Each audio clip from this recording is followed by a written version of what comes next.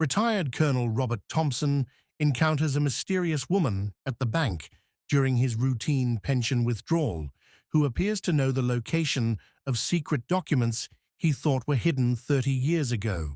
However, the situation develops in a completely unexpected way. Retired Colonel Robert Thompson went to his neighborhood bank to withdraw his pension, as he did every month. At 65, he had never lost his military bearing. His hair had turned white, but his gaze remained sharp. He took his number and sat in the waiting chair. A middle-aged woman sitting next to him was staring at him strangely. The woman was well-groomed, with dark glasses and black hair. After watching him hesitantly for a while, she approached him. "Colonel Thompson, right?" she asked. Thompson turned in surprise. "Yes. How do you know me?" "I'm Sarah Mitchell. My father was Major James Mitchell. Do you remember him?" Thompson's face suddenly changed. Major James Mitchell. He was one of his officers who died during duty in Bosnia in 1994. But why was his daughter here, and why did she look so tense? "Of course I remember him. He was a good man." "But how?" Sarah interrupted. "I found some letters among my father's belongings. He mentioned you. There was something you entrusted to him. Important documents." Thompson felt his heart begin to race. That incident from 30 years ago, he had entrusted the classified operation documents to Mitchell. But those documents should have been destroyed long ago. "Sarah, your father was killed in action. I don't know what documents you're talking about." Sarah took out an old photograph from her bag. In the photo, Thompson and Mitchell were standing in front of a military base. On the back of the photo was a note written in Thompson's handwriting. "Operation Blackout, Safe Deposit Box 247, First National Bank." Thompson's face went pale. That safe, the safe he had tried to forget for 30 years, was still there. No one should know what was inside. "Where did you find this photograph?" "My father's personal effects.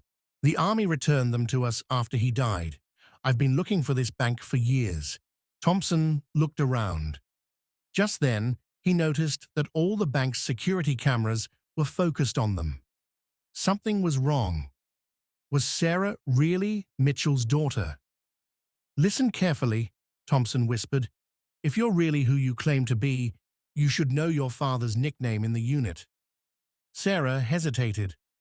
I don't know about any nickname." Thompson suddenly stood up. This woman was a fake. Mitchell's nickname was Ghost, and his real daughter would definitely know that. But who was this woman, and why was she looking for that safe? "Security!" Thompson shouted loudly. Sarah jumped up in panic and ran out of the bank. Thompson went after her, but the woman had already disappeared. Only that photograph remained in his hand. That night, when Thompson returned home, he found an envelope at his door. Inside it read, "Come to the same bank tomorrow at 3 p.m. alone. We want the documents in safe 247. Otherwise, bad things will happen to the real Sarah Mitchell." Thompson's hand was trembling. So they had kidnapped the real Sarah. But who were these people, and why did they want those old operation documents? The next day, Thompson went to the bank. He was both scared and curious. That secret operation from 30 years ago was no longer leaving him alone. Were the documents in the safe really that important? At exactly 3 o'clock, the fake Sarah he had seen yesterday came to him again. This time, she had 2 men with her. "Open the safe," she said, in a cold voice. Thompson was forced to open the safe. Inside were old operation documents, photographs, and an empty USB stick. The woman quickly looked through the documents and looked at Thompson with disappointment. "These are just old operation reports. Where is what we're really looking for?" "I don't know what you're looking for," Thompson said. The woman took the USB stick and approached Thompson. Your friend Mitchell was smarter than we thought. He hid the real treasure somewhere else, didn't he? Thompson suddenly started laughing. What treasure? What did you think? We were just soldiers, not treasure hunters. The fake Sarah got angry. Don't play dumb with me. Operation Blackout wasn't just a military mission. There was gold, lots of it. Thompson looked in amazement. Gold? What gold? We were just securing a communication post. At that moment, Thompson understood. These people had been chasing the wrong thing for years. Operation Blackout was never a treasure operation. It was just an ordinary military mission. Listen, Thompson said, you've been chasing a ghost for years. There was no gold, no treasure, just boring military paperwork. The woman and her men looked at each other. They had been researching for years in vain. Thompson felt a bit sorry when he saw the disappointment on their faces. But the real Sarah Mitchell? Thompson asked. Oh, she's fine. She's actually my sister. We just needed someone to get you to the bank, the fake Sarah replied with a laugh. Thompson looked in amazement. Your sister? Yeah, I'm actually Jessica Mitchell. I'm Sarah's little sister. She used to tell me stories about Dad. We got into this business as treasure hunters, but apparently we were in a big delusion. Thompson shook his head. So this was all about a treasure that never existed? Apparently so. Dad always talked about some important mission with you, and we thought wrong. Thompson laughed. Your father was a good man, but he was just a soldier like me. No secret treasures, no hidden gold, just duty and honor. Jessica was embarrassed. I'm sorry we put you through all this. We really thought. It's okay, Thompson said. But next time, maybe just ask directly instead of playing spy games in a bank. Everyone laughed. As Thompson went home, he thought that sometimes even the most ordinary memories could seem like great treasures to people. Maybe the real treasure was having worked with good people like James Mitchell. The next day, Thompson called the real Sarah Mitchell and told her the situation. Sarah also laughed, saying, My sister always has such extreme fantasies, but at least we found you again. Maybe one day I can meet my father's old friends. Thompson was happy to hear this. Of course. In fact, if you and Jessica come to my house this weekend, I can tell you more stories about your father. I have photographs too. That weekend, Sarah and Jessica went to Thompson's house. Dozens of military photographs were hanging on the walls of the old colonel's house. Thompson told them how their father was a brave and honorable soldier. Your father saved my life twice, Thompson said. Once in Bosnia, once in Kosovo. He never talked about it, but I owe him everything. Sarah wiped her eyes. We never knew about those stories. Mum never talked much about his missions.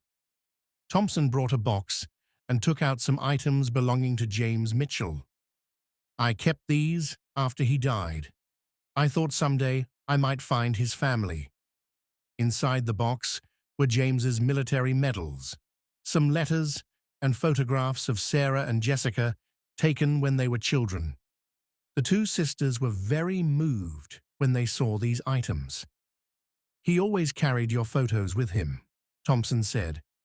Even in the most dangerous missions, you were his strength. Jessica hung her head in shame. And here I was, thinking he was some kind of treasure hunter. I'm so sorry, Mr. Thompson. Call me Robert, Thompson laughed. And don't apologize. Your father would be proud of your adventurous spirit. Just maybe next time, choose legal adventures. Everyone laughed. Thompson continued. Actually, your father did leave you something valuable. Not gold, but something much more precious. Sarah and Jessica looked curiously. Thompson brought another box and took out a thick notebook. This is his journal. He wrote about you girls every day, about how proud he was, how much he missed you, his dreams for your future. Sarah shed tears as she flipped through the pages. On every page were loving notes written about them. This is the real treasure, Thompson said, a father's love and pride.